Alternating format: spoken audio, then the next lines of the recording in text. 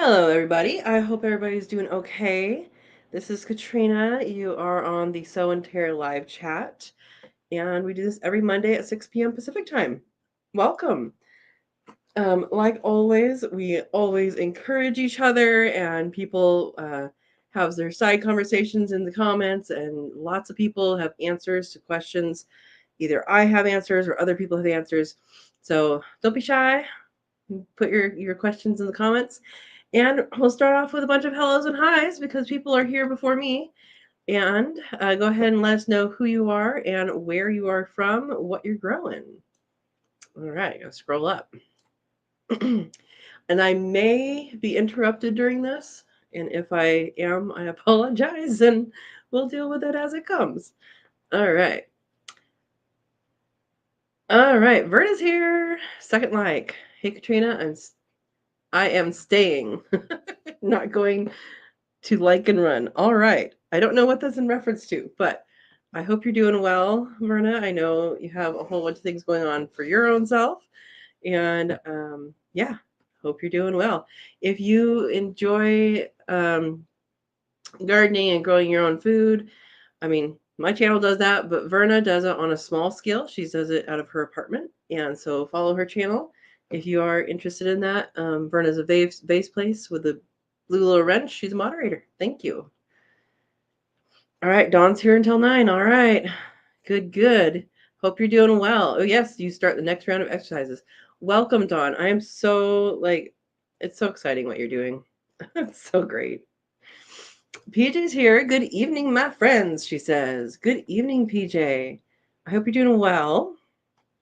And I hope all the piggies and stuff are going well, too.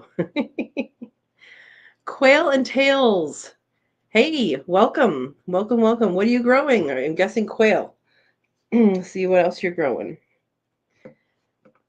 Okay, Dawn says, okay, we were talking about nasturtiums last week. And Dawn says, I started the nasturtiums from Katrina telling me to nick or shave them on the 6th. They came right up in the Petri dishes and today had green on top, so I planted them finally. They have that need. They absolutely do. You can either soak them or you can, just rub them on some sandpaper or on the concrete. And that is called scarifying. I don't know why.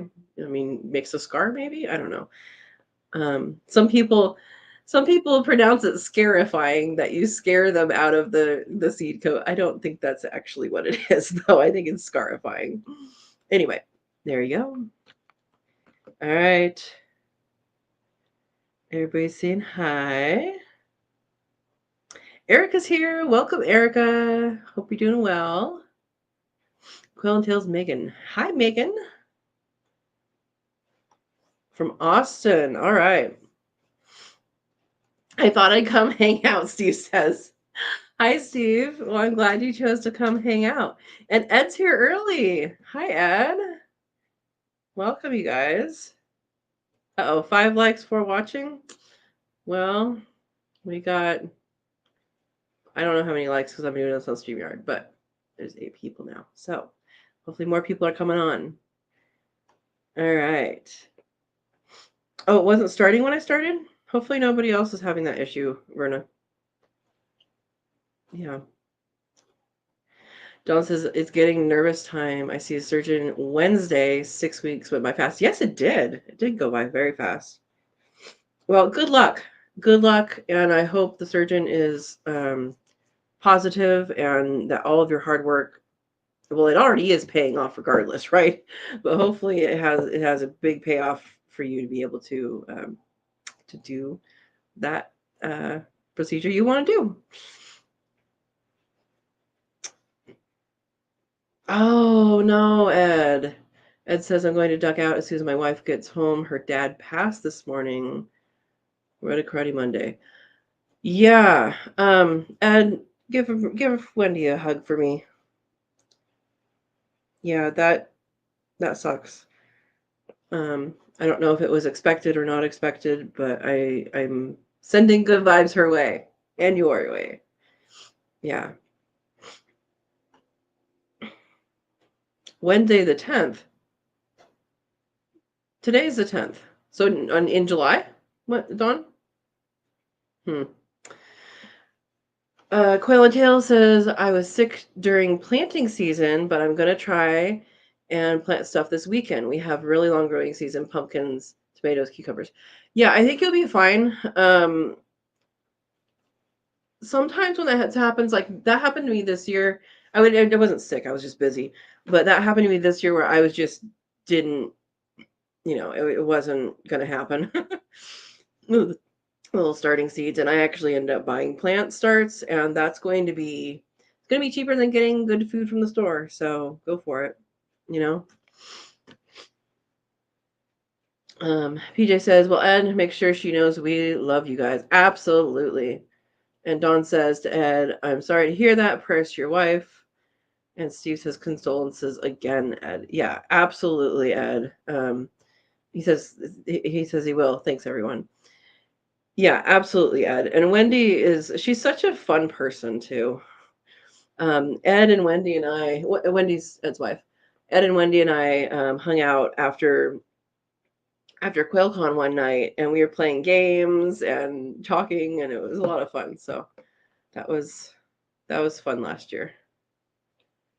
Yeah, Verna says, I'm so sorry, Ed. Give her a tight hug from me. Yep. And you got this, Dawn. We're just encouraging, aren't we? It's good. That's awesome. Steve says, Dawn, you should run into the examination room. I don't know. But yeah, or at least scurry. Yeah, there we go. There we go. Oh man. Okay. He just had surgery Thursday and it was a miracle he made it through. But he did, so it was kind of unexpected. Okay. So it sounds like you guys were kind of prepared, and then it was a success, and then kind of a shock after. Yeah, that sucks, Ed. I'm sorry. Oh, we have good news. PJ says, my daughter and I went strawberry picking today. It was a nice day with her. She's a month away from delivering. Awesome. Awesome. And you're going to have a busy month, as we talked about. My strawberry tower, I had strawberries the other day, and they were really good. I'm looking for this. They were really good. There was one in particular that was just so sweet. It was so awesome. Yeah, fresh picked strawberries, you can't beat them. Ed says it was epic times. Yes, it was. Yes, it was. It's all part of life. We're born and we will pass. That is true. That is true. Steve, a good point. We may go into August, huh? Steve's joking. We know how long deliveries take at PJ's. So PJ has a bunch of goats that went way longer than she thought they were going to.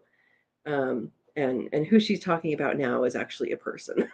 So maybe it's closer. Baby shower this weekend. All right. All right. Oh no, Ed, that's not bringing down at all. That is us giving you support and giving Wendy support, because that's what it's all about. We're a community and we support each other in all ways. So we are supporting Dawn right now in her running goal, right? And we're supporting you and Wendy right now, and other people are supporting with knowing how to grow things and grow plants and grow quail and grow all these things. So it's not bringing down at all. We are a community that supports each other.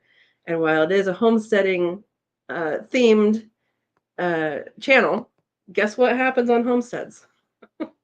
Sometimes it happens, sometimes things that are not great happen. So we are here to support each other. Yeah. Yeah, exactly. PJ says, shh. Yeah, versus we love you and Ed, and you and Wendy, Ed. Oh, Eric's here. Welcome, Eric. It looks like there's a bunch of emojis that is not showing me. So, yay for emojis. Oh, pride stuff? That's good. That's good. Hope you're doing well. I hope you're doing really well. All right. And grow friendships. Exactly. Exactly. Steve says, I love Wendy. I like Ed. Oh, boy. Oh, boy. You guys are fun. Uh, Eric's got no church. That's good. Hopefully, good things are happening for you and your health is good. And yeah, hopefully things are good for everybody. And we will get through the things that we are uh, struggling with right now, and we'll get through together. Remember last week I was yawning. I said we have an effect on people. We have a connection, right? So let's not yawn today. Of course, I said that now. I probably will. Oh boy.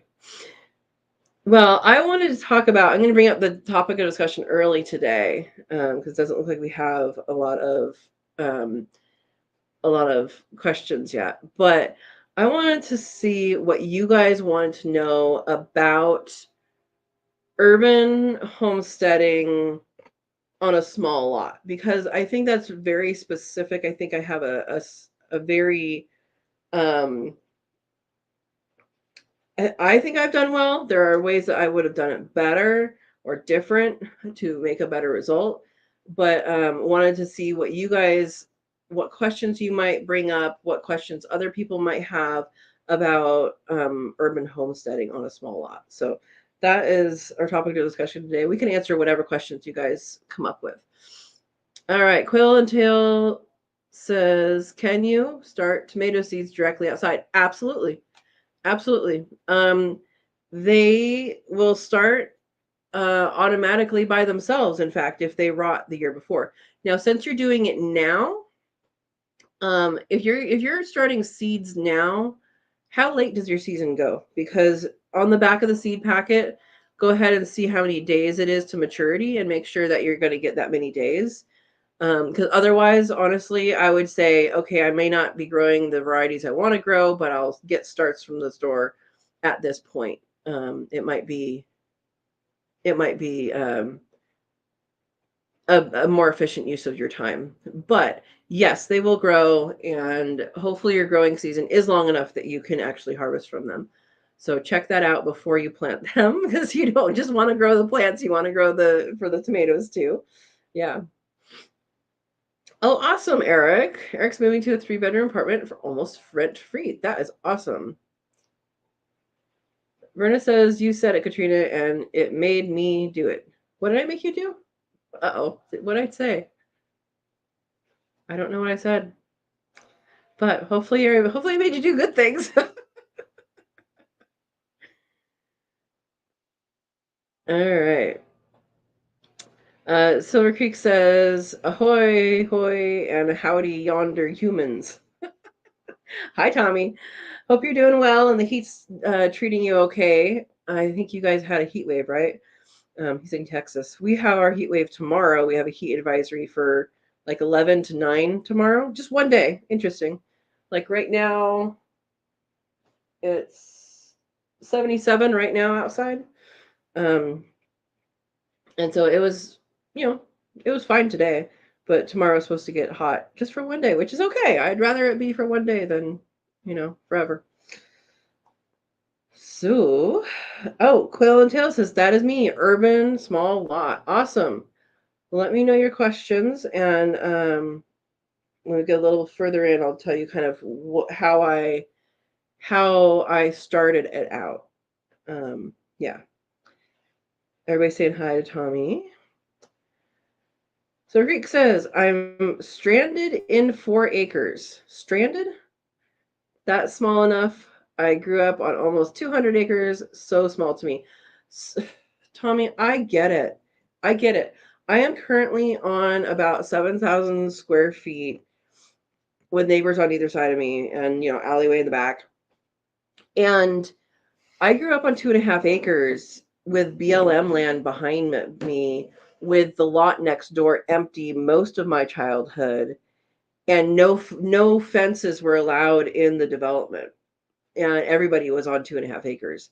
And going from that into a city is very constricting, I guess. Like you don't feel like you have privacy. You don't feel like you have, your own space. Like if I needed to go walk somewhere, I would just go walk up to the top of the hill. In the place I grew up. Here, you pretty much have to drive somewhere to get somewhere natural, or walk a mile to the Levee Trail, which has a bunch of people on it. So I totally get that. I get it. But there's a lot you can do, and I know there's a lot you are doing, specifically, Tommy, to make your acreage work for you, and it's awesome. Yeah. Steve says, I'll have questions after I get that small lot. Yeah, Dawn, says Eric, that is wonderful. Almost free. Wow. Yeah. Yeah. He's working it. He's working his magic. And Silver Creek saying hi to everybody. At least you have a small lot. Yes. Yep. Okay, you don't get cold until November. You should be fine then. But again, do check. This is to Quail and Tails. You do check the dates to maturity, and then understand that your fall, even though it's not freezing cold or whatever, your plant growth will probably slow down during that fall time. Yeah. So I guess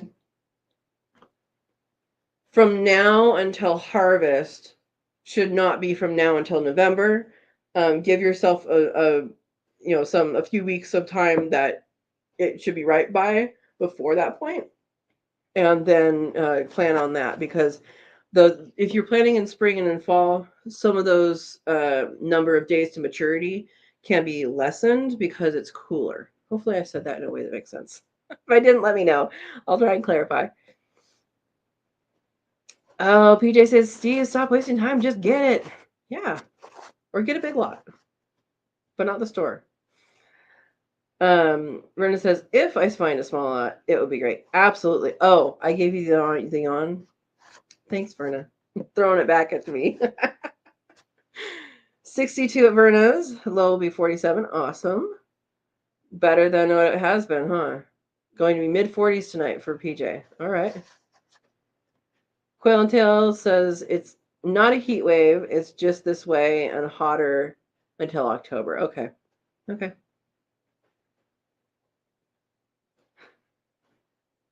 Oh, so you're steaded, not stranded. I was wondering what the stranded meant, Tommy. He says, "Oh my God, I'm missing finger problems, y'all. Forgive me." Tommy, I don't know that I accept that, because you've been missing those fingers for a while, right?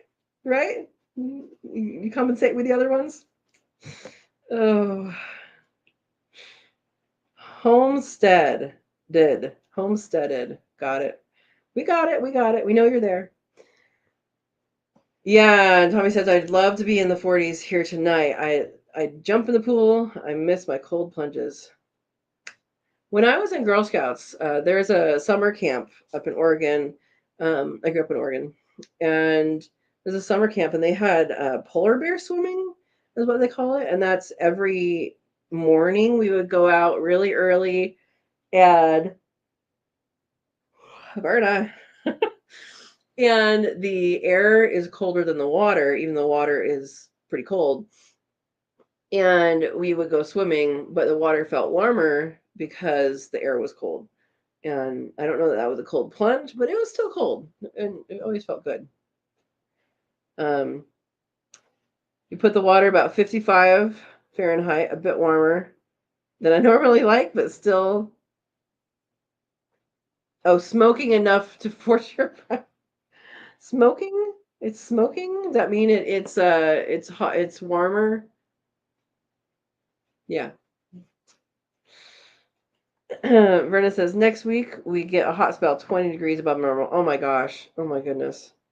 Well, hopefully you'll be like okay with that. And hopefully you have air conditioning. I don't. But the house stays pretty cool. Once I painted the house, my house used to be, when I moved in, it was this, I thought it was a faded red color, but it wasn't. That it was red, and then the previous people painted it like this purpley red. It looked like a really bad paint, like that had faded. but that was the color they chose.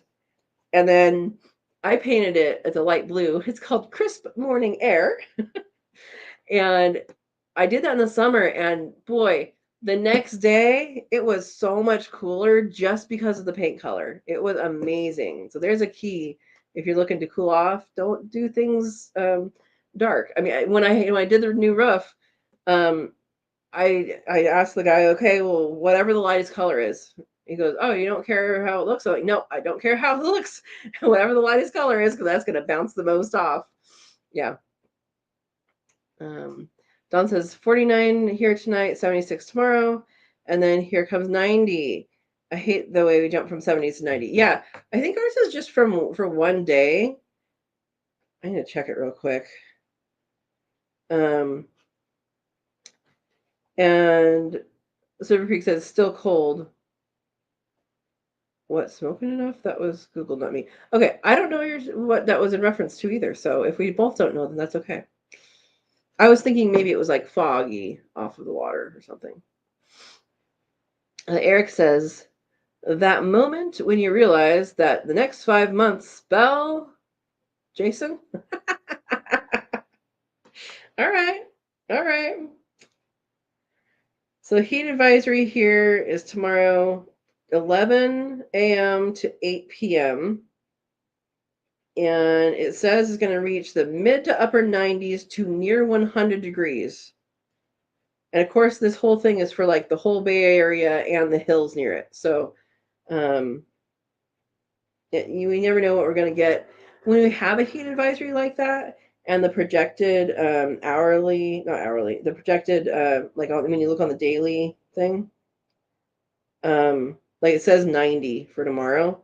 I'm going to guess it's probably going to get up to 95. It always is warmer. At least on my side of the high, like I don't know this, but I'm assuming that the weather reporting place for Gilroy might be at the hospital, because that makes sense, because there's a helipad there, and that weather helipad makes sense. And I'm assuming it's over there because that's on the other side of 101 and other side of the valley, and so that's what I'm thinking. Why it might be different here. All right. So Creek says, is laughing. Been missing it more than half my life.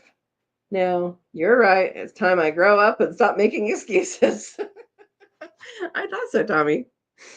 Oh, Verna's laughing at Eric's joke. Silver Creek says, my favorite thing about winter is waiting till the creeks. I read that as chicks, and I had to think of it. Freeze over, and I break it all and chill in the cold water.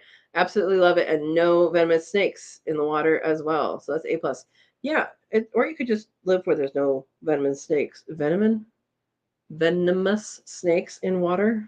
We just have rattlesnakes here. And they, I suppose, could go swimming, but they're not really keen on doing that. Yeah, where I grew up, there's a Metolius River near where I grew up, and it's like the whole river is like, I want to say it's 45 degrees all the time. It comes out of the ground and then it goes back into the ground. And so like there's this, does it go back into the ground? I don't remember. It's a very short river. But it comes out of the ground and people kind of don't know where to trace it from. And then it goes, it might mix with other rivers. Anyway, that length of river is very short, but the whole river, and by river, people in the Midwest is going to call it a creek. But the Metolius, I think it was the Metolius River. Anyway, it's always 45 degrees, and you can lay down in it and just like have your ice bath there. It's wonderful. If you like cold water, which I do. And some people are like, oh, what are you doing? It's okay. It's okay. Verna said, don't have air conditioning, so next week will be challenging. Get the fans going. Open the windows at night and shut it in the morning. And yeah, maybe pack up some ice in your freezer and be ready. Yeah. Good luck. Ed says, gotta run. Thank you for all the love. She just sat down and can hear you, Katrina. Aw, Wendy, big hugs to you. Big hugs to you. And good vibes your way. Everybody here is saying the same thing. All right. Eric says, I went down to the paint store to get thinner. It didn't work. Oh, Ed. Not Ed. Eric. I'm so tired. PJ says, we send more hugs, Ed and Wendy. Absolutely. Absolutely. Quail and Tail says, I mowed today with heat index of 100. One way you can avoid that, Megan, I believe your name was, right, is if you're on a small lot, you can get rid of your lawn. And I will tell you how I did that. So I am on they call it a large lot, but it's a regular city lot, like the older area. It's about 7,000 square feet. And what I did is I solarized the lawn. And how to do that is you put black plastic over the lawn. You can actually do this with clear plastic too. But do black plastic over the lawn, and you do it for several weeks, and that kills it kills the grass, and it kills the seeds. That's how I did it. Another way to do that is to have layers and layers and layers of cardboard and mulch. So I suppose you could do just mulch, but it's better to put the cardboard down first, take all the tape off first, and because then any weeds that are trying to come up, they would have to go through that, and that's kind of a harder thing for them to come through than wood chips. So if you put a bunch of wood chips on there, they're not coming through. And what that will do is you can start over. You can make it whatever you want. And what I did here is when I moved here in 2013, my goal was to have have every edible, like permanent plant in the ground within a year. I didn't quite make it, and of course, still planting things, but it was almost, I planted most of it within a year. So, and the reason why I did that is trees take a while to give you fruit, and the fastest you put it in the ground, the faster you put it in the ground, the faster you'll get fruit from it. And so that is what I chose to do. And so that, honestly, I solarized the lawn, and there wasn't any lawn in the front, but there was lawn in the back. It was yucky lawn, but and then I was able to do whatever I wanted to do, which was put in garden beds, put in a pond, make some mounds for the fruit trees and all of that. So that was my starting point, and I don't have to mow at all. And guess what else I don't have to do? I don't have to water it. Everything's on drip system, and so you don't have to water it. Like, you still have to water it. It does get watered, right? But everything's on automatic drip system, and so it doesn't take time to water, and it actually uses less water than watering a lawn, because watering a lawn, you use lots of water. So that is my advice to you. If you mowed today and you don't want a lawn, you can get rid of it. Yeah. Silver Creek says, Verna, get you some cardboard, cut breather holes in it, soak it, freeze it, and put it behind the fan. There we go. It will blow cool air in the upper 50s a couple hours at a time. You can do that with a towel too, even if you don't freeze it. You can just put it in water, and put it in front of the fan, I believe. And back or in front? Someone correct me. It's like a swamp cooler. And that will help. Don't put it like on the fan. We don't want to have the fire happen or whatever.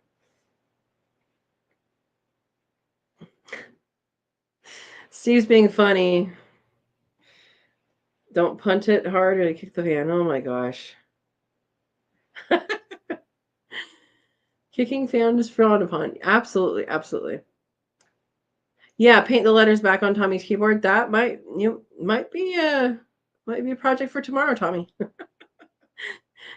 You just have to not go in alphabetical order. Oh my goodness. You guys are funny. New GoFundMe for a Gimpy ready keyboard. Oh my gosh. Uh-oh. Verna's keys on keyboard are missing letters as well. My work one, the N is like rubbed off, and I don't know why N, because I don't think it's the most used key. My personal one's fine. Yeah. Eric said, I won a gold medal at the weather forecasting championships today. I beat the reigning champion. That's pretty good. That's pretty good. Um, all right, Silver Creek's listing snakes. We've got hognose, prey-specific venom, coral, copperhead rattlers, water moccasins, and king snakes here. Then a slew of non-venomous as well. Just don't get bit. Don't get bit. You'll be fine. Don says, I just put a new keyboard on my laptop last month. It was only $20. Interesting. I have letters now, and keys actually work. I think it took 7 to 8 minutes. That is awesome. Awesome, awesome. Silver Creek says, I want a hognose, actually. You want one? That is, I have friends that, I used to have snakes, and I have friends that have snakes as well. And it's funny because you can tell their personality from across the room. I had 2 sisters, and they were Texas beard rat snakes, which I know that's not their name right now. I don't remember what they changed it to. But you'll appreciate this if you know their scientific name. I don't know if it's changed since then, but their names were Ella and Faye. And you can tell which was which from across the room, just based on their behavior. It's pretty interesting. Sarah King says, Don, that's smart. Legit can't read my keys on keyboard. I may just paint them myself. Would be fun, I think. Yep. There you go. Do it yourself and it'll be done. And we know you have paints. Just don't do your spray paint. I don't think you'll be able to spray paint it with that. Erica says, I can't stand cold water. Has to be at least a few degrees over normal body temp. There you go. It's called coffee? No. Silver Key says, do the Greek alphabet original transcription of alphabet. Oh, anyway. On it, or like in code or something that would satisfy your craziness. You could do that. You could totally do that. I find it very interesting that it's not in order and that somebody, like, I wonder how many iterations it took. Like, WD-40 was supposedly the 40th time. I'm wondering what the I forget what it's called. It has a name. What this kind of keyboard, how long it took. Anyway. Drinking? Oh, no. Quail and Tail says our grass will go brown in about a month anyway. All right. There you go. Eric says no arguing with people who have body odor. You're right, by wrong. Eric. Oh. All right. Don says you could color code your keys too, or go fluorescent colors. You could. You could do all sorts of things.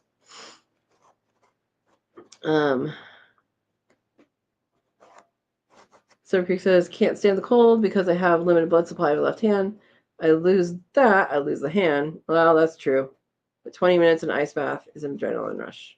Well, you're not supposed to leave your hand in it for like forever. Oh, cold is painful, Erica? That is not good because cold is so very nice to me. And like, I mean, it reduces inflammation. It feels good. It's all sorts of good stuff to me. One bird can't fish a whole bowl of Fruit Loops, but 2 can. Oh boy, swamp fans. Yeah, swamp cooler. I think is what it is. Oh, you used to do that for rabbits. Okay, for my rabbits, I do a ice bottle, and I use the Tropicana, like the like the one that's like this, not the jug, but the smaller one. because they can push it around, but they can't roll it around. So I can put it right next to them, and if they're not going to move, then it'll stay there. And I only use that when it gets hot, so 90 above, and they tend not to do anything with it. Sometimes they lick it. Parmesan, when he was around, he would cuddle up to it, but he was the only one that did. But I think just having that ice in their proximity is going to be cooling down the air around them as well. Yeah.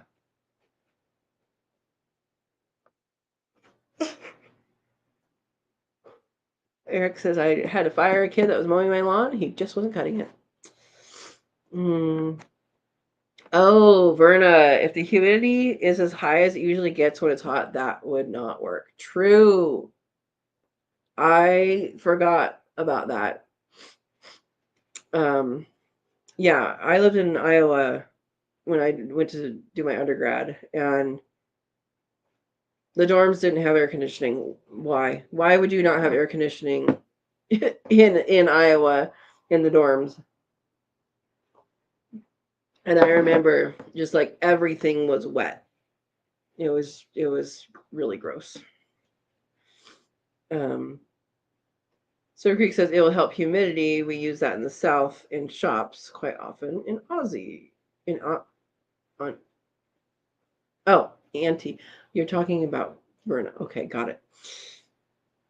Why do you all need letters on a keyboard? That's not how you use it. N and M work on the work keyboard too. I wonder why. I wonder if I'm saying like no. I don't hardly type that, but it'd be interesting. Yeah, I don't know. Was an astronaut's favorite key on a keyboard? Space. I've heard that before. Silver Creek says, I used to be scared of snakes, and this is coming from a guy that used to live with a 14-foot yellow anaconda for a year, but now I'm over it and really like some of them. They are really, really interesting critters, and they definitely have personalities. And I don't feel I need to have them like in a terrarium or whatever anymore. I appreciate them when I see them. Here, we don't have many snakes in the neighborhood. We do have one that's called a sharp-tailed snake, and it literally, like, the tail is like that big and it comes to a point. And you might think, oh, isn't a snake all tail? No. The tail is after the vent, and the vent is where everything goes out. And yeah, that's about that big. But the whole snake is like as big as a pencil, and about as thick as a pencil too. And then somebody a few blocks over had a garter snake, not a garter snake, a gopher snake. And that was fairly far away from where I would have thought that I would have found it. But it's fine.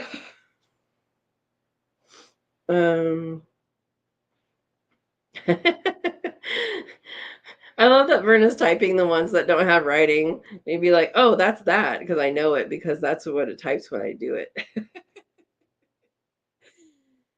Oh. Eric says, I quit my job during at the keyboard factory. I wasn't getting enough shifts. Yes, Tommy, you have told the story about the anaconda sizing you up when you were in bed. Yeah, they get pretty big. They get pretty big. WD-40, water displacement 40th formula. All right. I just know it works. It works. Although with electronic stuff, there's a different thing that you should use, because WD-40 does actually create a buildup on it. So for locks and electronics, what they recommend is to use the WD-40 to get things moving, and then use this other thing that's made for that after. There you go. Dawn says, cold gets my arthritic joints aching. Yep. And Vern doesn't like it either. All right. Steve says, keyboard was designed to keep letters commonly used together away from each other to prevent jamming. Yeah, but I wonder like how exactly they came up with the pattern. Yeah. Oh, good point, Dawn. I'm very curious if metal knees get colder faster. It's a question I want to ask the surgeon, but I dare not. It's not going to prevent you from doing it, though, right? Just curiosity. Yeah. Yeah. Oh, Silver Creek's laughing at Eric. I know. Stop yawning. I said it, and then Verna typed yawn in bold, in caps. You hang on to your knee warmers. Oh boy. The letter E is the most used in the alphabet. E should go first on the keyboard. I mean, I don't know. All right. See you later, Quail and Tails. Hope you had a good time. We're just kind of chit chatting today. No, he's asking questions about the urban homesteading specific questions. Yeah. Erica says I used to have several snakes. That's good. What do you call a snake that's about 3.14 feet long? A python? I have not heard that yet. Avid fisherman. Hello. You just said my name. Hello. Welcome. Where are you and what are you growing or what are you wanting to grow? I hope you're doing well. All right. And I have to say this because I don't know who you are. If anybody joined this weekend, we are not talking about that topic on here. Eric says it's a good thing. What? Farting isn't contagious like yawning? That'd be terrible for everybody. Eric. No. No. Clean with okay, so Steve says for electronics, clean with isopropyl alcohol. It's typically compressed air and isopropyl alcohol in the cleaners. That makes sense because that evaporates. Yeah. All right. Dawn says, I just read today that it is the second. What? I don't know what you're saying. All right. Avid says, I'm a fisherman for big catfish. Oh, you've been following for a while. Awesome. You finally made it live. That's awesome. Well, besides fishing, what are you growing or hoping to grow? Because that is we're all growing things, and I think it's a good thing to think about. We are. Wait, what's going on? Don. Okay. We are all growing tons of different things. I grow lots of different fruit trees, lots of garden space, and I have 3 chickens, some quail, some rabbits, and yeah, I even dug a pond. So I dug a pond, and there's comet goldfish in there, and there are ruby red goldfish in there to keep things moving, keep things clean, because it does not have a waterfall or filtration system. Those fish are air breathers, and I even used to have a goldfish that let me pet it. It would come up for pets, but I haven't been there for a while. Yeah. David says, I grow tomatoes, blueberries, and strawberries and fruit trees. Awesome. Awesome. I have not been very successful in growing blueberries here in Gilroy. That is something that I gave up on. I tried so many times and then I just gave up on it because I figure, I'll just grow something else. But yeah, blueberries are wonderful. Verna says, oh, you ate your first homegrown Hungarian hot pepper yesterday. It was nice. That is awesome. That is awesome. I'm glad that you are getting fruits from your labor. Avid says, I do some cooking videos as well. Awesome. That's good. I haven't done a cooking video in a while. I should do some more. But they'll come later. Oh, Verna wants to know what kind of fruit trees, Avid. Dawn says, I need to grow. There we go. I need to grow some kind of fruit that will produce in about 2 years. I'm too old to wait 5 more years. Probably won't. Oh, you'll be here. Peaches start pretty early. If you get a peach tree that's already like, a tree, it's not just a stick. Peaches will do that. Apples will do that. Most of the fruits will do that. People will tell you to pull the little fruits off the first year. You don't have to do that. The reason why they advise to do that is because when you plant a tree, that first year of growth it's not that the tree is 1 year old. It's that it's put in its new location, and that area is their first year in that area. And when you put it in that location, the roots have a chance to grow out further than the container they're in. And that energy really should be like the priority is to grow the roots first, because you need roots to grow a good tree, right? It's the most important part. And so the idea is by pulling off the fruits, you will give more energy to the roots to grow. And then once the roots have established themselves, then the rest of the tree will shoot off, literally, like it'll just grow. And so that's the reasoning there. But you don't have to do that. If you aren't afraid of, having a few fruit on there, maybe you take off all but a few, then that's perfectly fine. But in my experience, my peaches have given a little bit the first year, and then the second year has been really when it kicks in. And third year is like, okay, we're here. It seems like anything in the garden, year 3 is going to be where you really start to be really successful. So that's something about gardening here where I am on a small urban lot is, my whole front yard was 4 inches of lava rock with plastic underneath and dirt, compacted dirt, no life. It's not even soil. It was dirt. So I rototilled it up. That's the one time I say use a rototiller, as if you need to get life back into this thing. And I actually covered it up with wood chips and let that decompose. And it now has beautiful soil. But it does take some time for that system to kind of work, to mycorrhizae to talk to each other, for the insects and the little buggies to come in. And it does take some time. So about 3 years is what I've seen in garden beds and in the front yard, where I have the pollinator garden. And that between 3 and 5 years is when that peaks.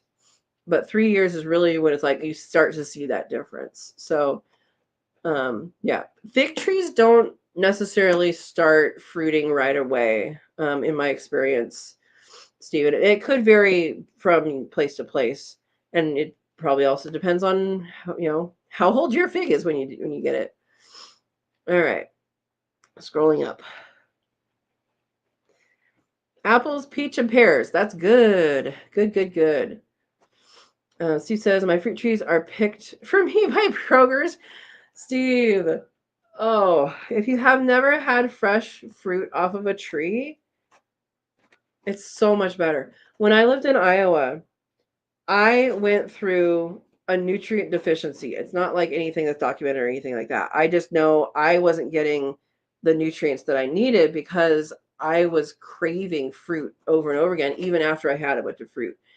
And to me, I know that it's picked so early, like so I'm in California, and a lot of the fruit comes from California. It is picked so early to truck out to the Midwest, to truck out to, wherever, that I don't think the nutrients are fully formed. And I felt it when I was out there for sure. Yeah.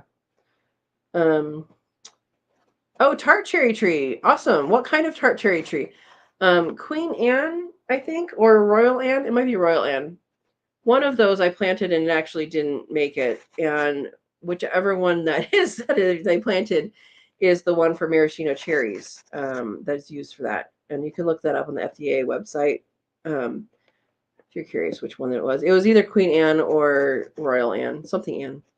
But yeah, tart cherries is good. Berna has apple chips in the freeze dryer. I think DF. I think it was supposed to be FD, right? Yeah. Raspberry bushes. I have not gotten raspberries to grow here. Blackberries, yes. I have 4 different types. There's um, black satin, triple crown, boysenberry, and I think a lullaberry. That's the last one. And there's also dewberry that I grow here, but um, I have not had luck with the raspberries. I tried the heritage red raspberry and I tried the golden raspberry, and they both just failed on me. So it's interesting what you can and can't. I don't want to say can't. I'm sure you could get something like that to grow, but the conditions just were not right um, that I put them in. Yeah. Dawn says, I think winter will kill figs here.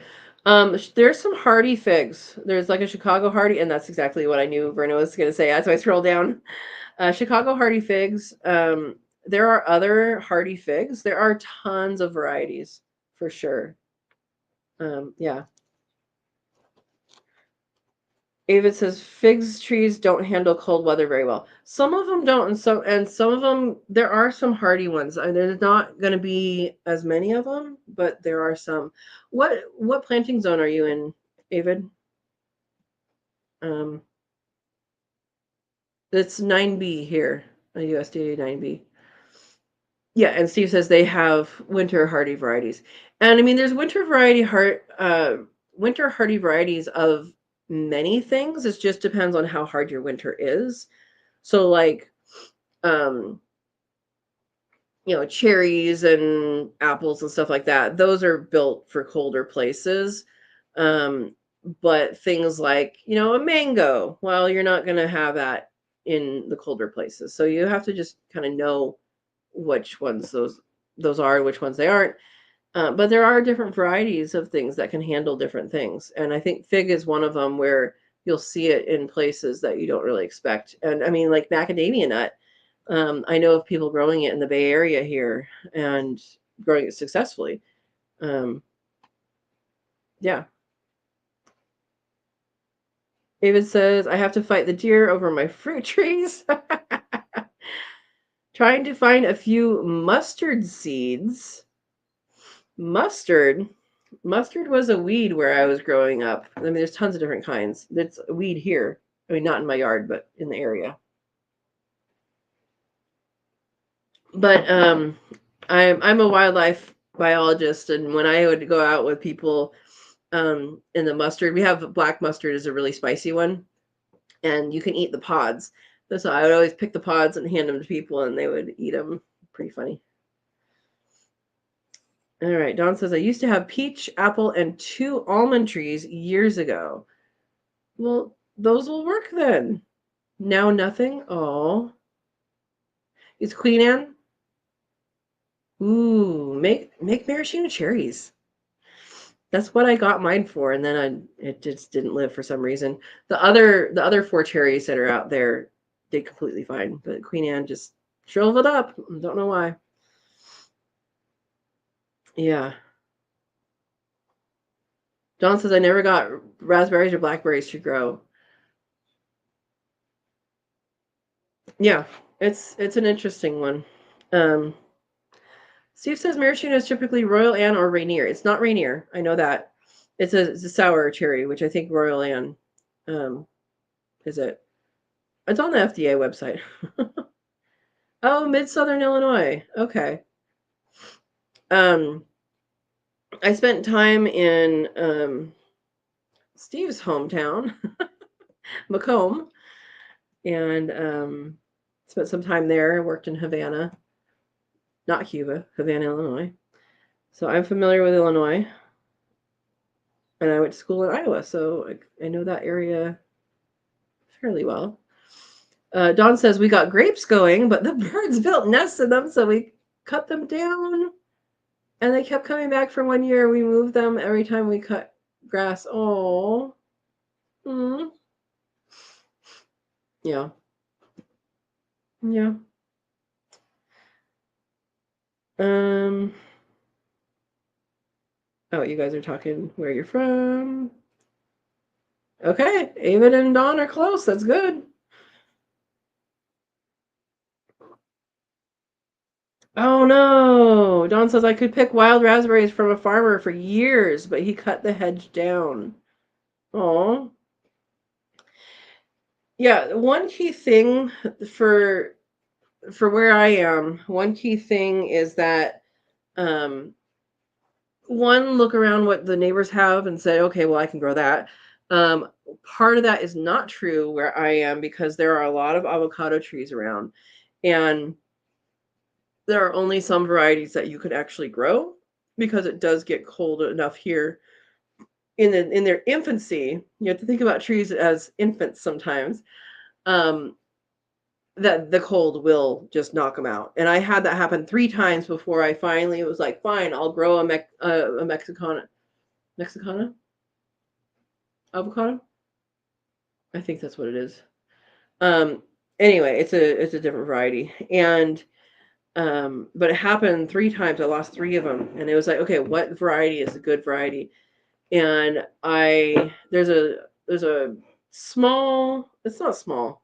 It's a reasonable size, but it's a privately owned nursery up in San Jose that I asked the guy, and he had a lot of avocado stories. And I asked him, okay, which variety do you need?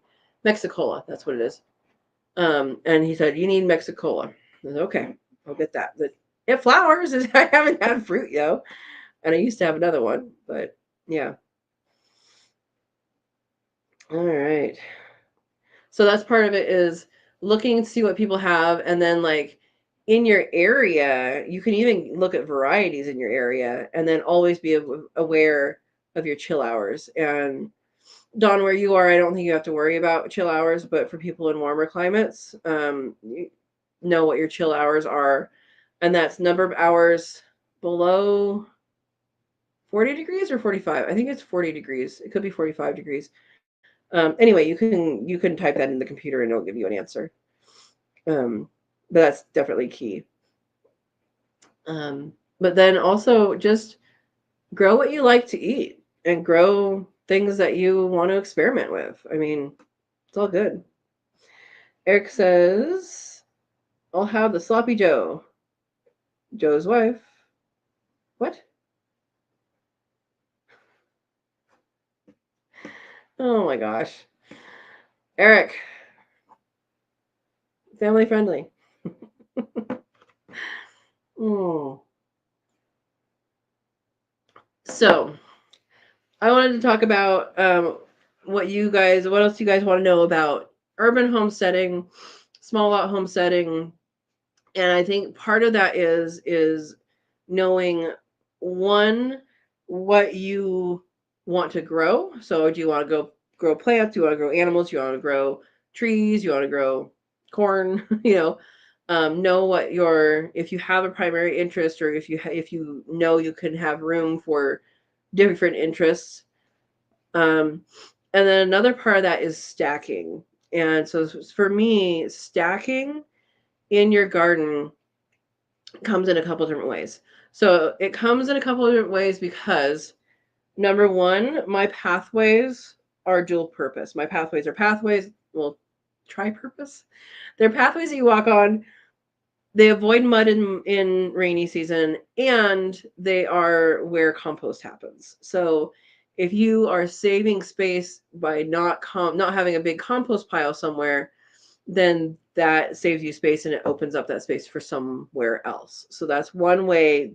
And I don't know if it's called stacking or not. I'm calling it stacking. And good night, Dawn. Thank you for joining us. And then another is with trees. So you have trees, and then you have plants under the trees. And so that's another stacking function. That does many things. So does a mulch, but that does many things. It keeps the roots cool for the trees. It keeps less sun if you have a strong sun like we do in Gilroy. Um, I didn't read the whole thing, Eric. I thought I was going down one path. Maybe it was. I don't know. Apologies. Um, and and so those plants will get a little bit more shade by being underneath the trees. Now you're going to have to figure out, when you're starting out, you're going to be planting different things. I used to have these wonderful, wonderful strawberries. Oh my gosh, they're so good. I used to have alpine strawberries. They are like that big, like that's a big one. Um, and um, they were really, really just the best strawberry. They're very small, very sweet, very flavorful. So they're not just sweet, they're also flavorful. And so it's awesome, awesome, awesome. And I don't have them anymore. I should have transplanted them when I realized they were getting shaded out. But strawberries are a really good thing to plant when you have a new tree. So, Dawn, that's something that when you have a new tree, you can put things underneath it that will eventually get shaded out. And as long as you understand that they're going to get shaded out over the next, 3 years, then that's fine. But I had a very healthy population of alpine strawberries underneath my peach tree in the back, one of them. And it was so awesome. And now they're not there anymore, and I have them in a tower, but I don't have alpine. So that's something that is really, really uh, you can do some interesting things with. You're going to have stuff naturally occur in there. Like I have borage show up. I've had a couple different things show up underneath the fruit trees. And then you can plant them on purpose, like chocolate mint, or other types of mint, as long as your tree is somewhat established and it won't actually act like a weed. You can plant underneath. Now, don't plant mint in the ground unless you want mint everywhere in the ground. Um, but that's another stacking. And then another stacking is with your animals. If you have animals, you can have them above, a, you know, like I have the rabbits above quail and the rabbits above chicken. Yeah, yeah. Um, so that's another stacking. So I just wanted to talk a little bit about that, about space saving. I had someone ask me how I have more than 40 fruit trees on the property that I have. And the answer is they're smaller trees. You don't let the tree get huge. You have it smaller. And some of the seedlings I count too. But they actually are smaller, and you maintain, like the cherry trees out there. There's 4 cherry trees. There was 5, now it's 4. And you maintain them as a unit. You don't maintain them as an individual tree. Now, that's going to be different than if you had a lot of land and you had an orchard or you had all that, is you're going to maintain them a little differently. And my idea behind some of this stuff is if you have different types of the same fruit. So like I have 3 different types of peaches in the back. You don't need a huge harvest. Now, the desert gold I did not prune last year and I did not thin this year. So that's basically what the backyard is right now. Um, but in other years, I have 3 peaches. I have the desert gold in the back. Then after that comes the bonita, and then after that comes the nectar peach. It's a white peach. It's really good. And so while you'd have smaller trees, you have a longer peach season because you have multiple trees. So it's kind of similar with the cherries. The Rainier goes first. The Bing and the Multigraph kind of do their own thing, and then the Stella is always last. And so that was by accident. So was the peaches, and of course I have another peach up front, but it doesn't have any peaches this year. It's small, and so that's just something to plan for. And I didn't plan most of that seasonality, so to extend the period of time, it just happened. But if you can have, like, say you want apples, I have an Anna apple. It's an early apple. The apples are going to be ready here, I don't know, a month or something, and most apples aren't going to be ready until fall. Now you get a longer window of apples, and an apple will fruit twice in the season. So it'll give me the apples now, and then it probably will give a few, we're talking 10, 15, um, before winter. And um, by using early varieties and late varieties, you can have apples, throughout. The other variety back there, I don't remember if it's a Fuji or a Gala. It's one of them. But yeah. Yeah. So anyway, I was just wanting to say that. And if you guys have questions, let me know. So I will scroll up.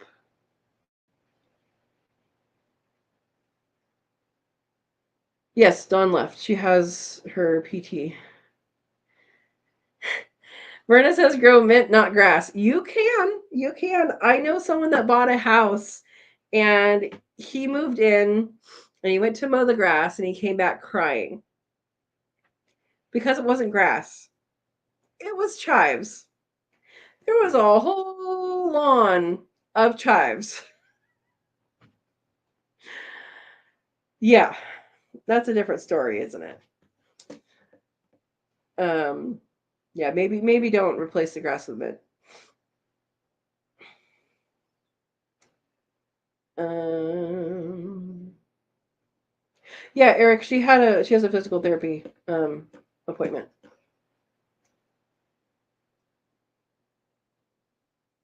All right. So Steve says, "Oh, okay." Basically, Eric was joking maybe and didn't get. There we go. There we go. I don't know. Anyway, not a lot of activity on here tonight. Um, hopefully everybody's doing good. Hopefully people are getting excited for Quail and Homesteading Convention coming up at the end of um, August, beginning of September. I will be there. I'm going to be talking about rabbits. And um, this year, Zach has, he started it last year, but he's expanding it to be more of a homesteading um, event. So his goal is there are quail. We can start with quail. Quail are great for homesteading. They're, kind of the gateway to a whole lot of things. So that is going to be awesome. And I hope to see you guys there. Um, oh, and Steve is giving us an update. Homesteading and QuailCon, 82 days. That's not that far away. Not that far away. And Verna has tomatoes on the vines. That's awesome. Awesome, awesome. Steve has a countdown to homesteading QuailCon.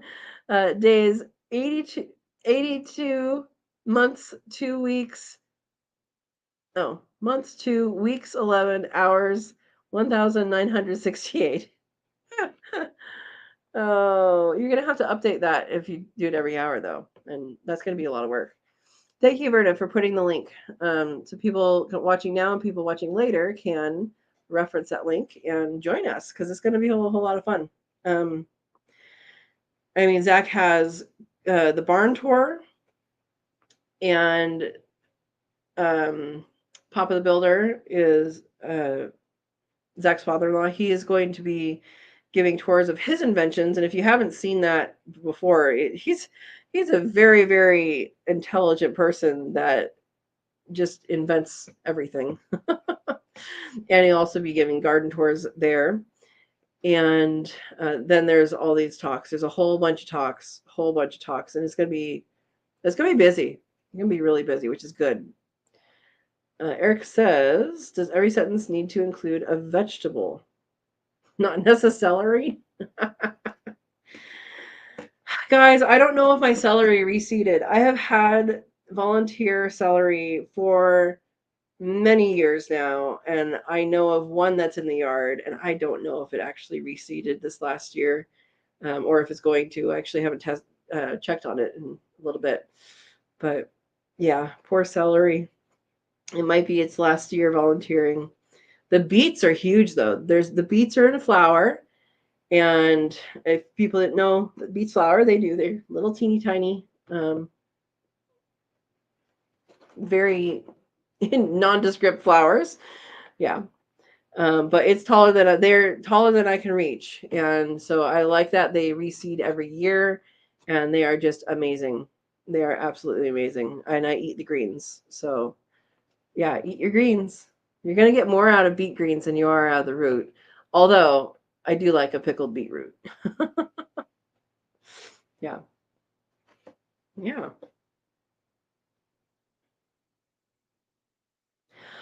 Verna says, I wonder how big that beet is. I have dug up beets, and then really you don't have to dig them up at that point because when they get that tall and big, and then once they mature, half of it's above the ground anyway. And I've had beet roots like this big. They're not edible at that point. They're very woody at that point, but they're like that big. And so it's awesome because they will actually go a second year. I have two that I know about in the yard that are on their second year of flowering, which is very interesting to me. So I got to eat the leaves of them for 2 years, and this year will probably be their last year. They'll probably die back. Yeah, yeah. I haven't given the rabbits beets. I've given them the greens, but I haven't given them the bottom part. Yeah, interesting. I didn't think to give them the bottom part. It's by the time I get to it, it's usually very, very, very hard or rotten, one or the other. So, yeah. No, the rabbits most recently were enjoying some comfrey, which is nice. Yeah, which you guys saw in the video from the day. If you saw the video, if you saw the weekend review, yeah, yeah, it would help with their teeth. Yep, you're right, Verna. I just didn't think of it, but they are definitely enjoying different things. They what they really enjoy is the willow. They like comfrey too, but they really enjoy the willow. And this willow, man, this willow that started growing from I think a wood chip because I didn't put it there. Um, is doing so well. It's doing so very well. Yeah. Um, that's funny. They eat the leaves and they strip the bark and then they eat the wood. And then they chew on the wood. Um, and I mean, the sticks I'm giving them are like, that big and smaller.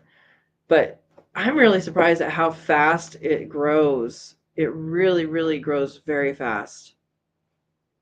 Yeah. And I was trying to think of, and I know I've said this on here before. I just keep forgetting to write it down. But there's a plant out of Australia that is a shrub like a willow would be, but more shrubby. That has a super high amount of protein that they use for fodder for a lot of different animals. I think I have it written down somewhere. I think Eric, if a parsley farmer is sued, can they garnish his wages? Oh boy. Yes, and Verna says, you know me, I have to think of all the ways something can be used. Absolutely. You're good at that. You got to use everything. Yeah. Well, the bunnies are growing up. I actually did get them. I got Rigatoni's babies were eating the other night, and so that's going to be the video for tomorrow. Is I have, and I know I've done it several times on the channel. I'm thinking, oh great, am I doing it too much? You guys let me know if I'm doing too much. But I'm out when they're nursing, and a lot of people don't get to see that because a lot of people aren't out at the times that I'm out. I go out and feed 9:30, 10, sometimes 11. Still have a little bit of food left, um, and it's just a really special experience to see, and they don't mind me, you know, watching them and filming them and have a light. They don't mind it at all. At least they don't appear to be. Um, and so I just thought it was really, really, really neat, especially since the bunnies, like, they're so funny because there's more bunnies than faucets. And so they basically, I mean, they have to like push each other out of the way to get enough food. But she's a good mama. Verna says chickweed was growing in someone's daffodil plants. I pulled it up for them and fed it to my rabbits today. Yep, yep. You could eat that too if you wanted to. It just tastes like green. Nothing special there, but you could have it. Yeah. Um, there's a lot of weeds that you couldn't feed your animals. I mean, any of the grasses, and then like every once in a while I have a really big one right now. I just haven't pulled it yet. Um, prickly lettuce, which is actually the predecessor to our lettuce that we eat, that we plant and eat. And they are actually it's bitter to eat now, but lettuce in its original form, so that's that prickly lettuce. Um, there's many different kinds. It's a cereola, and it was actually used medicinally before it was used as a salad. And of course, we made it sweeter, we made it less bitter, and all of that. Now it's more popular as a salad. Imagine that. But yeah, the original one has that milky sap when you break the leaf. Where it says, "Yep," and the beans off them they used as snacks many years ago. The beans off of what? Chickweed? Chickweed doesn't have beans. I don't know what you're talking about. But that's okay. Lots of things are edible. Sorry I'm not high energy today, guys. I have been doing so much stuff, and I actually almost took a nap. I was almost asleep after work. And so, yeah, a lot going on, which is fine. Hopefully I have a little bit of a lull before the next hurry up. There's going to be one more. Verna says, pea, rather, the seeds off the chickweed. Chickweed has very small seeds, so I'm wondering if we are calling this different things the same name. Um, there's a lot of plants that have multiple that have the same name, and then its scientific name is different. So we may be talking about different things. Because chickweed, now I have to look it up, Verna. Chickweed, in my experience, have really tiny seeds. Yeah, they're very, very small. I wonder what kind of seeds you're talking about. Anyway, there's lots of things you can eat. I haven't done a harvest video in a while, and I probably won't for a while. At least wild foraging is what I meant, like a foraging one. Yeah, I don't think they would be like a snacking thing. Steve says chickweed has an average of 25,000 seeds per plant. Yeah. So anyway, I don't know.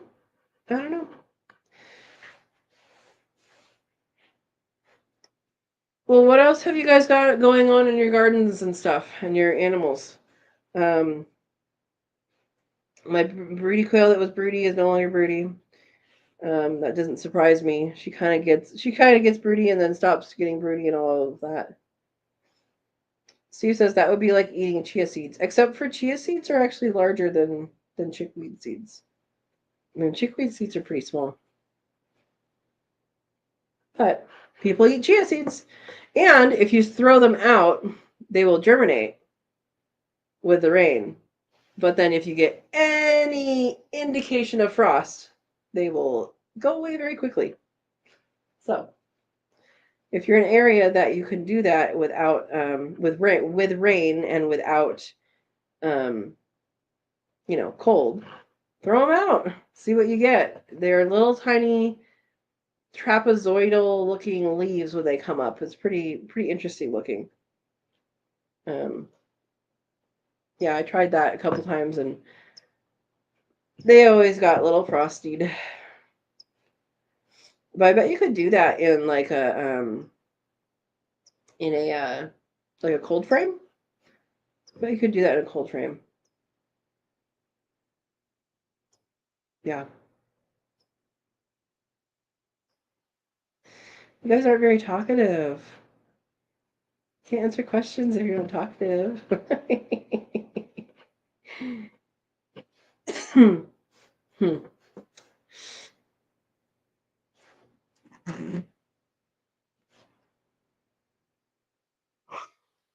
Hmm. Okay.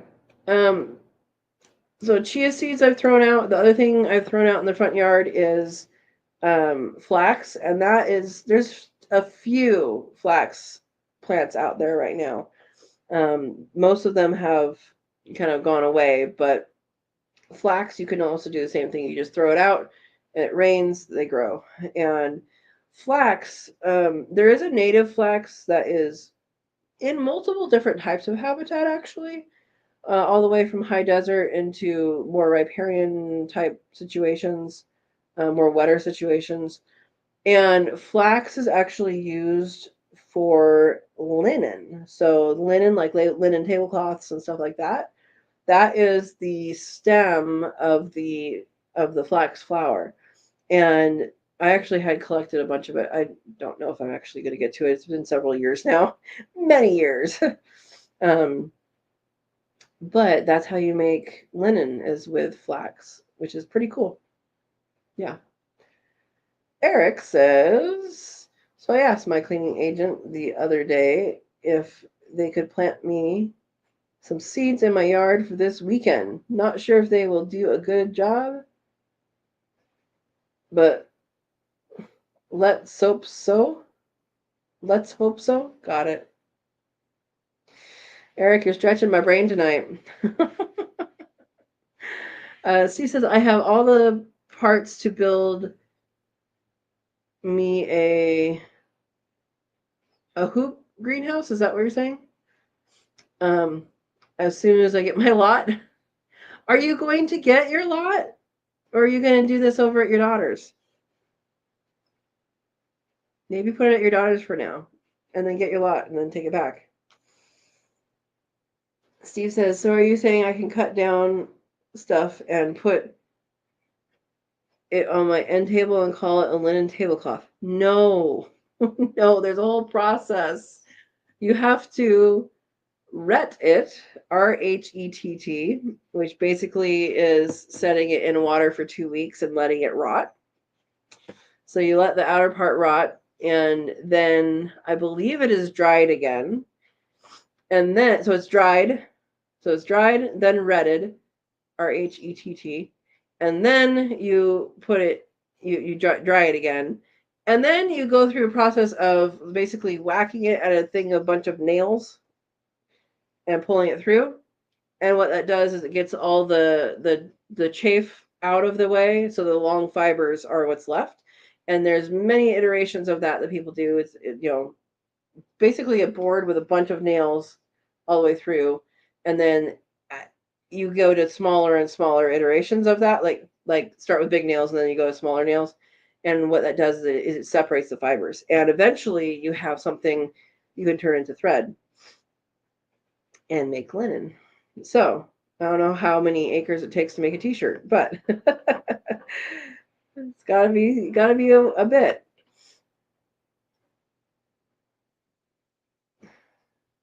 Um, so he said I put down a deposit on 2 acres. Then they changed their mind and put it with another 30 acres to sell together. Back to the drawing board. Oh no, Steve, I was getting excited.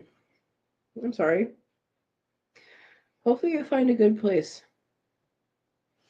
Brenda says it takes a long time to make cloth from flax. Yeah, I've watched videos on it and I got all excited about it, and then I seriously have like a garbage bag full, like one of those contractor bags full of just flax stems.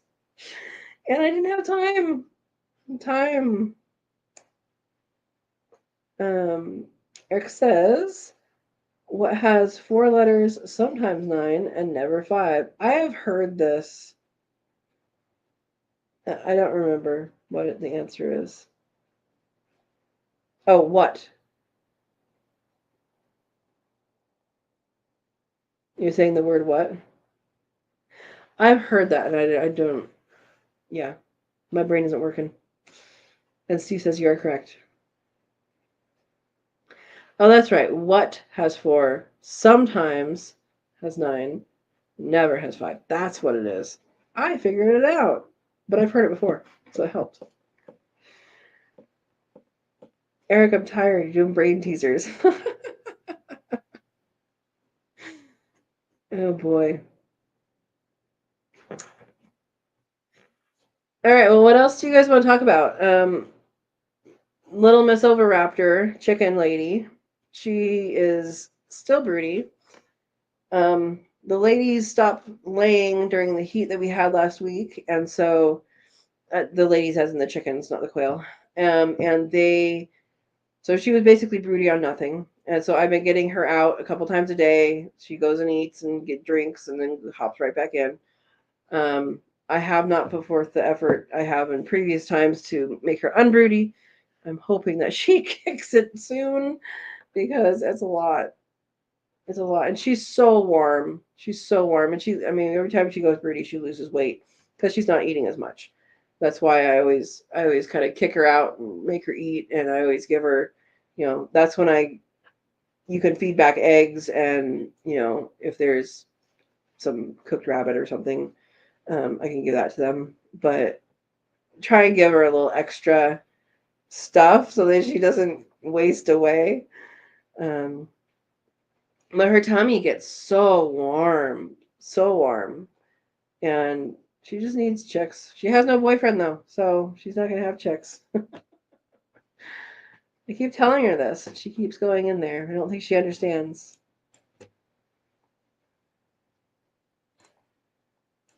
Yeah.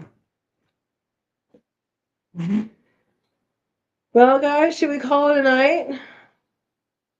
I've been going for an hour, and about an hour and a half. And I'm not gonna say I'm gonna get things done. I'm saying I'm gonna eat and go to sleep. Yes, Verna. I tried giving her 10 quail eggs a couple years ago, and she hatched 2 of them. I think the other ones she must have squashed because I didn't have any evidence of eggs at all. And she did hatch 2 of them because they saw the shells were unzipped. Never found the babies. I think her sisters probably ate them. Is my guess. If I were to do that again, which I wouldn't really recommend because Oviraptor is she's a Buff Orpington, so she's very large breed. Um, I don't think I would try it again with her. I might try it again with her, but they basically have that breed has an urge to go broody. That's why I got her. I was like, oh, maybe she can hatch out quail, and I was not thinking of the weight as being an issue. And then the other thing that if I were to do that again, I would definitely block her off from her sisters and by herself. And so she can if they do hatch, she's hopefully not likely to eat her own babies, right? Her own adopted babies. Um yeah, I think Verna says she or her sisters probably ate them. I'm guessing her sisters probably ate them. But yeah, I mean it's a good thing to explore. I did explore it, and it's the fact that she squished all of them but 2. But they actually, I mean, maybe the other ones weren't viable. I don't know. Um, but the 2 that hatched, it's so sad because I know they hatched because they unzipped. And yeah, they hatched, but they didn't make it. So, oh, thank you, Eric. Thank you for the super sticker. He says, "Have a good night." Is that you encouraging me to go to sleep? Because I'm tired. Thank you so much. Yeah. Yeah, the chickens are doing good. Just Miss Overraptor is broody, and that's just a story. So there we go. All right, Verna saying everybody have a blessed night. I thank you guys for coming out and chatting and listening to my tired self.